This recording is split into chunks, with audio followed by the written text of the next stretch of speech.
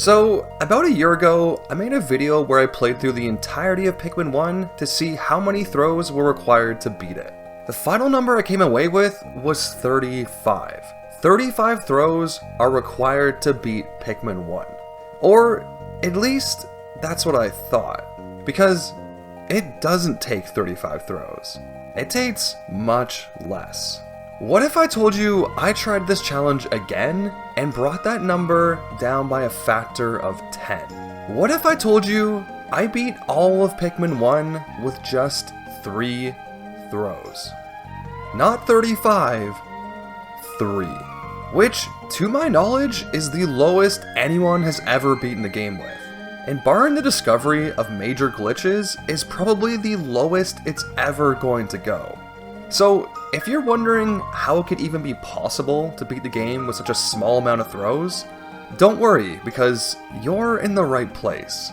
Because today, we're gonna find out exactly how I destroyed my own video and brought the throw count so low that it doesn't even seem real. Guys, I really hope you enjoy. Guys, if you think Ochi ruined Pikmin 4 and is a bad boy, please like this video. Thank you. So usually in these Pikmin challenge videos, I like to go day by day, but today we're gonna go part by part instead. We're gonna look at each ship part individually and see which ones need throws and which ones don't. More importantly, we're going to look at the differences between my old video and my newest attempt at the challenge to see exactly where I cut out so many throws. But yeah, let's first look at all the parts in the game that don't require throws at all. The main engine on the first day, you can literally just walk up and grab it, and same thing for the Eternal Fuel Dynamo in the Forest of Hope. The Radiation Canopy is more the same, because you don't actually have to fight the Armored Cannon Beetle to get it, which if you did, would require some throws. You can just ignore it completely though, and walk in and grab it no problem. The Shock Absorber can also be attained by just walking in and grabbing it. You just need blue Pikmin to walk through the water here, and you're good. The automatic gear looks like you would need throws because it's perched up on this high ledge, but if you build the stick here, your Pikmin will get it just fine without throws. The number 1 Ionium Jet, Anti-Dioxin Filter, and Analog Computer are all just sitting in the water, easily obtainable without throws. The Gravity Jumper is another part that looks like it would need throws, as the bridge you need to build to get the part is up on this high ledge. But you can just walk around the back with blues and build this bridge, which will grant you access to the bridge on the ledge. The Space Float can be attained by bringing the bread bug back to the onion 2 times, and the Massage Machine and Gluon Drive can be nabbed by building these 2 bridges with blue Pikmin. That is every part in the game that doesn't require a single throw. Only 12 out of 30 total parts. The other 18 all require throws in some way, and some require a lot. So how could we possibly get these 18 parts, all which require at least 1 throw, with a number as low as 3? Well, if you've seen basically any of my Pikmin 1 videos, you'll probably have some idea on how we're gonna do it. In fact, I obtained quite a few of these parts completely throwless in my first video. But for those who haven't seen the original video, or any of my videos for that matter, let's quickly go over these parts. Then we can look at the remaining parts I wasn't able to do throwless in my first video and see how I was able to reduce it by so much in my latest attempt. So let's first look at the Positron Generator. This part is locked inside a Pearly Clamp, which you need to kill to obtain. Unfortunately, the only way to kill it is with throws, as it's raised high enough off the ground that you can't just walk inside of it with your Pikmin. But what you can do is drown some red Pikmin by the clam and push them up there with Olimar's body. Once they're on top of the clam, they will start attacking the part, and if you do this enough times, you will slowly knock it loose. Next up, we have the Extraordinary Bolt and Nova Blaster, both which are locked behind stone walls. To get these 2 parts, we need to blow up both these walls with some bomb rots and yellow Pikmin. The problem is, to get yellow Pikmin to use bomb rots, you need to throw them. I saw some comments in the last video saying that if you dismiss them, then use a small, quick whistle on them like this, that they'll drop the bombs. But this just isn't true, at least on the GameCube version. I think people were getting confused with the fact that you can get a Pikmin to drop a bomb with a whistle if it's already thrown first. However, this doesn't work if you just dismiss them. You have to throw them, which obviously doesn't help us out. But what does help us out is if we leave our Pikmin by this wall and have a Bulborb come and eat them. By eating the Pikmin, the Bulborb sets off a chain reaction which is big enough to blow down the wall. Once the first one's down, we can then lure a Sheargrub over to the second wall and do the same thing, granting us both parts. On our list next is the Whimsical Radar, which seems like it'd be an impossible part to get without throwing, but it's really not. If we lure this Dwarf Bulborb over by this wall and kill it, it'll drop some pellets for us. We can then use a glitch called Object Nudging to push the pellet as close to the wall as we can. This is done by running at the pellet, then pressing down on the D-pad as soon as we touch it. Pressing down on the D-pad basically turns Olimar into an object himself, and since two objects don't like occupying the same space, the pellet gets pushed. If we then lie down in between the pellet and the wall, we can use the same principle to clip us up on top of the wall. Then we can walk on over to the Whimsical Radar and use our object nudging powers to push it onto the ground, getting it with 0 throws. We can then actually use the same pellet as before to clip out of bounds again. But this time, instead of going right, we go left until we reach where the Sagittarius is. Normally, you're supposed to use blue Pikmin to build this bridge by throwing them up here. But if we just walk around, we can drop down and use our best friend, Object Nudging, to push the Sagittarius into the water. Once it's down there, we can just grab the part with blues, which doesn't cost us any throws. Our next part is the Geiger counter, and the solution to getting this part without any throws is probably one of my favorites. Normally, you need to come over here and throw blue Pikmin up on this ledge so they can push the bots out of the way. But we don't have to do that. We can actually use one of my favorite mechanics in any Pikmin game. Blue Pikmin Lifeguards.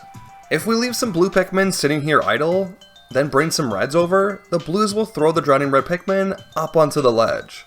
Once they're up there, they will push the bots out of the way, clearing us a path without any throws. Now we can kill the Sangre completely throwless by waiting for its head to get stuck and swarming it until he dies. The Omega Stabilizer is an easy one. Normally what you're supposed to do is swarm the Puffstool, then throw Pikmin on his booty while he's upside down.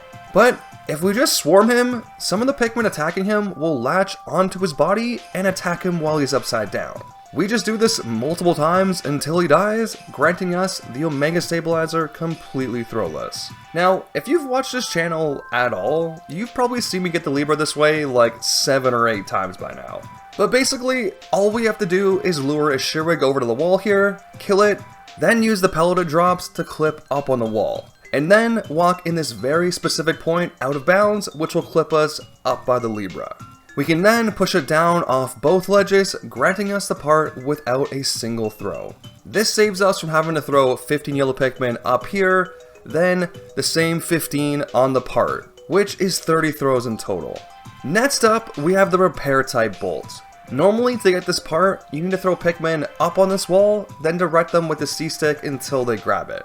Obviously, we can't do this, so in my original video, I actually used a puffy blowhog to blow my Pikmin out of bounds, then maneuvered them over onto the wall. Which did get the part with 0 throws, but it was also hard as hell and took forever. Thankfully though, there's actually a much easier way to do this. If we lure one of these Shearwigs that spawn over by the bridge to this wall here, we can kill it and then use its body to clip up on the wall. Now that we're up here, we can walk over to the Repair type Bolt and push it into the water so I can grab it with my Pikmin for free. This grants us the part in minutes instead of hours, so yeah, that was nice.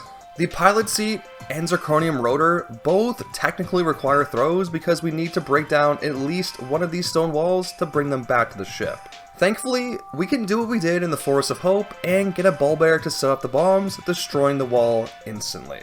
So the last part we have here that I obtained in my original video without any throws is the UV lamp. To get this part in a casual run, you would normally make your way through this maze with 10 yellow Pikmin, then throw them up on this ledge to get the part. But all we need to do is bring a shearwade through the maze instead, kill it when it reaches the wall, and then use its body to clip up. Now we can push the UV lamp down, this conveniently placed slide, and grab it with our Pikmin. So now we've come to the final 6 parts. These were the parts in my original video that I couldn't get without throwing, and amounted to the 35 throw total that I ended the video with. These parts are the guard satellite, interstellar radio, number 2 Ionium jet, bowsprit, Cronus reactor, and secret safe. All of these parts are incredibly hard to get without throws, which is why over a year ago when I originally did this video, I didn't get a single one without throwing. But over the course of the last year, I've done a lot of Pikmin challenge videos, and you could say I've learned a thing or two. To show you what I mean, let's take a look at the Cronus reactor first. To get the Cronus reactor, you need to throw 20 blue Pikmin up here, turn them into yellows, throw them on the shore, then on the part, then turn them back to blues and bring it home. If you didn't notice, that is 80 throws in total. In my original video though, I was able to bring it down in just one. Basically, what I did was lure a snitch bug over by the wall, bring it down to the ground with a single throw, kill it, then use the pellet to clip up and push the part down. But we don't need to use that single throw. There's a mechanic we can use that can actually do it in 0. The mechanic in question is the Dumple Fling, a glitch that makes Dumples fly off in random directions without stopping. This works because each Dumple has an area around them that alerts them to the player when the player walks into that zone. Now, if you walk in and out of that zone really quickly, the Dumple will get confused and just kind of drift off in a random direction. This glitch seems completely useless to us until you realize we can get the Dumple to drift right over by the Cronus reactor. Once it's over there, we can then kill it with Olimar and then use the pellet it drops to get up on the wall. Now that we're up here, we can push it down and grab it with our blue Pikmin, eliminating the one throw used in my original video and knocking the total down for the part to 0. Next, let's look at the number 2 Ionium jet. To get this part, you need to throw 15 Pikmin up on this ledge, then 15 across the gap to get the part, accounting for 30 throws in total. In my original video, I actually showcased a method to grab the part in just a single throw, but it's hard. Like, really hard. Like, so hard I couldn't even do it. Basically, you need to bring a snitch bug over to the wall here, bring it down with a single throw, swarm it with your Pikmin, which will then cause it to rise up and shake your Pikmin off near the part. But like I said, this is extremely hard to pull off. And it also uses a throw, so it's not ideal. But there is a method that's way easier and takes 0 throws to pull off. Yeah, it's just the Dumple Fling again. If we do the same thing we did with the Cronus reactor, just by this wall instead, we can get up it and push the Ionium jet off the ledge, getting us the part without a single throw and eliminating another throw off my original video.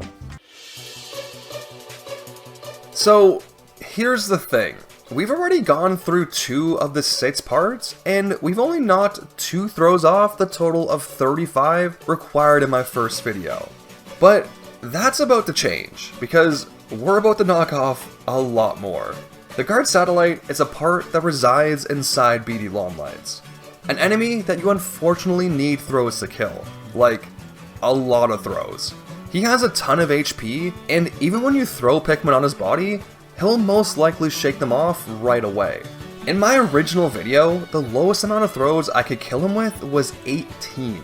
This wasn't just some random number I came up with either. This was hours of attempts. 18 throws was the absolute lowest I could kill him with. So I mistakenly thought it was the lowest amount needed to kill him. But I was wrong. You don't need 18 throws to kill BD Longlegs. You only need 1. But you also need to be extremely lucky. And when I say extremely lucky, I mean like the most impossible luck anyone's had ever. Let me explain. If you throw one Pikmin on Beatty's body, there's a really low chance that it'll kill him without ever being shaken off. Each time Beatty goes to shake off a Pikmin, he has a 50% chance to knock it off. Which means the Pikmin has a 50% chance to stay on and keep doing damage. The problem is, the Pikmin has to resist 40 of these shake-off attempts to actually kill Beatty. Which, I guess, doesn't seem too bad, right? It's like flipping a coin 40 times in a row and it landing on heads every single time. That seems possible, right? Do you want to know how likely it is for you to flip a coin 40 times in a row and it land on heads every time? There is a 0.000000091% chance of that ever happening. Or about a 1 in 1.1 trillion odds. If you flipped a coin every second for the rest of eternity, it would take you on average 34,000 years to achieve that result. So yeah, it's very unlikely that this single red Pikmin will ever take down Beatty all by himself. But it is technically possible, and through the use of save states, I can literally show you that it is. Basically, I threw one Pikmin on Beatty, and every time it would survive one of these shake-off attempts, I would create a save state. If, on the next attempt, the Pikmin fell off, I would load up the previous save state and try again until he survived the next attempt. Then I would create another save state and just rinse and repeat until he was dead. Showcasing that even though it's incredibly, impossibly unlikely, this is still technically possible. Which now lowers the total of 18 achieved in the first video to a low total of 1. Which now brings our total from 33 to 16. And guess what? It's about to get a lot lower. Because I was wrong about another enemy in my first video. And that enemy is the Puffy Blowhog. This one in particular that houses the interstellar radio. In my original video, I said it took 10 throws to kill this thing. And the reason I said that was because it takes 10 Pikmin latched onto a Puffy Blowhog to bring it to the ground. Once it's on the ground, you can swarm it and kill it easily, but you still need to waste 10 throws getting to that point. Just like Beatty, the Puffy Blowhog will shake off any Pikmin attached to its body. So I thought this was the lowest because my Pikmin just kept getting shaken off. But again, just like with Beatty, we can kill it in one throw, and this time, we don't need 1 in 1 trillion odds to actually do it. All we need to do is come over by this little island here and bring the Blowhog with us. If the Blowhog is in the correct spot, it'll get stuck in place, and we can throw a single Pikmin on it and watch while it slowly beats it to death. If you're wondering why the Blowhog just sits there and allows this to happen, join the club, because I have no idea why this works either. I actually had it explained to me, and I'm still confused. But basically, what I gathered from the explanation is that, just like most creatures in Pikmin 1, the Puffy Blowhog has a home. Basically, an area it's allowed to travel in, but not leave. When the Puffy Blowhog is on the edge of this home area, this line of code starts to get called up every frame, which normally doesn't happen. And what this line of code does is change the state of the Blowhog. So what's probably happening here is every single frame, the Blowhog state is changing from one of attacking to one of returning home. But since the states are switching back and forth so fast, he ends up doing neither and just kinda sits there. Which allows us to kill him with a single Pikmin and grants us the interstellar radio without a single throw. Bringing down our total number of throws from 16 in the original video down to 7. Now, the second last part in our list is the secret safe. And the secret safe is another weird one. To get the secret safe, you have to normally build these two bridges, blow down this stone wall, throw some Pikmin up here, and then get them to move this box. You need 10 throws to move the box, and 3 to break down the wall. Which is a problem, because if we can't blow down this wall, we can't get Olimar to the boss fight. there's just no other way up there. Well, I shouldn't say that because technically there is another way up there. But just like with Beatty, it's so incredibly unlikely that it might as well be impossible. The bombs that are in this pipe up here that are supposed to be used to blow down this wall have an incredibly rare chance to spawn in this lower area. If that happened, we could use the bomb to clip up by the pipe, which would allow us now to fight the boss without having to blow up the wall at all. But again, this is super rare. So rare in fact, that there's actually no footage of this event actually occurring. So what I did instead was use a moon jump cheat to get up there on the ledge and knock the bomb off myself, which essentially simulates it happening naturally. Now we can use the bomb to clip up on the ledge and go fight the boss. But actually, before we do that, we need to get our Pikmin up here as well. But since the wall is still standing, it makes it a little difficult. Luckily though, we have our blue Pikmin lifeguards to come to our rescue. If we leave our blue Pikmin here, then take some yellow and red Pikmin for a swim, the blue Pikmin will throw them up on the ledge to safety.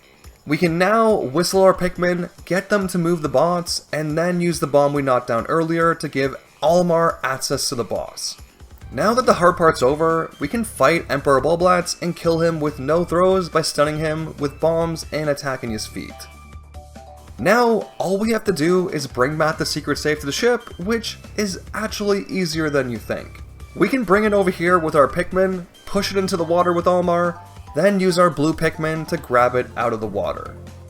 I think I still have PTSD from the ride-only run because I actually pushed it all the way over here to use the bridge to push it onto shore, which is how you get the part if you don't have blue Pikmin, but halfway through it I realized, hey, I do have blues, and I can just use them to get the part. What the hell am I doing? So that's what I did, and I brought the part home, which now eliminates 3 more throws off our list and brings our total down to 4, with only 1 part remaining. So the last part we have on our list is the bowsprit. And the bowsprit is the one part on our list that I was 100% confident we couldn't reduce the throws on no matter what. The bowsprit resides inside this armored cannon beetle, and the only way to damage the cannon beetle is by throwing a Pikmin in its blowhole and attacking its back, which obviously takes a lot of throws. In my original video, I was able to take him down with just 2 though. By throwing a Pikmin in his blowhole and then swarming his back, I was able to get some Pikmin to latch on and do damage. And doing this twice in a row was thankfully enough to kill him. But here's the thing, it's really hard doing damage like this. Most of the time, it just does nothing. It almost seems like random chance whether the Pikmin actually do damage or not. So much so that even killing him in 2 cycles was incredibly difficult. I even mentioned in my original video that the lowest I ever got him in a single cycle was half health, which, yeah, really isn't even close to killing him. So the thought of actually killing him with a single throw just seemed impossible. It seemed like he had way too much health and we did way too little damage. It seemed like there was no way this was ever gonna happen. Wait, what? That was a lot of damage, what the hell? Wait, can we actually do this? Is this possible?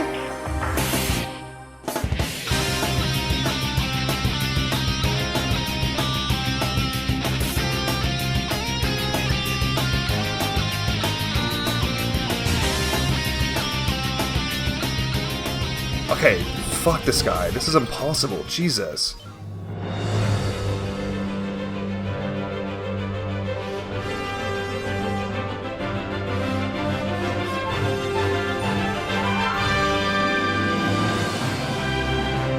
Somehow, we were able to throw a Pikmin in the Cannon Beetle's blowhole and swarm its back, killing it in a single throw. Don't ask me how I did it, because I still don't know, and I don't care, because we just beat Pikmin 1 with 3 throws. 3! That's it! 1 for Beady Longlegs, 1 for the Blowhog, and 1 for the Armored Cannon Beetle. every other part in the game was obtained without a single throw. I believe this is the absolute lowest this number can go. Unfortunately, you can't damage any of these enemies without Pikmin, so we need at least one throw to kill them. That's it, guys. That is it for me. I hope you enjoyed this one, and I will see you in the next one. This video was made possible through the support of our amazing patrons. I want to give a special shout out to Rebecca Lyons, Lay Burb, Puddles Megan, and Koi Koi 13.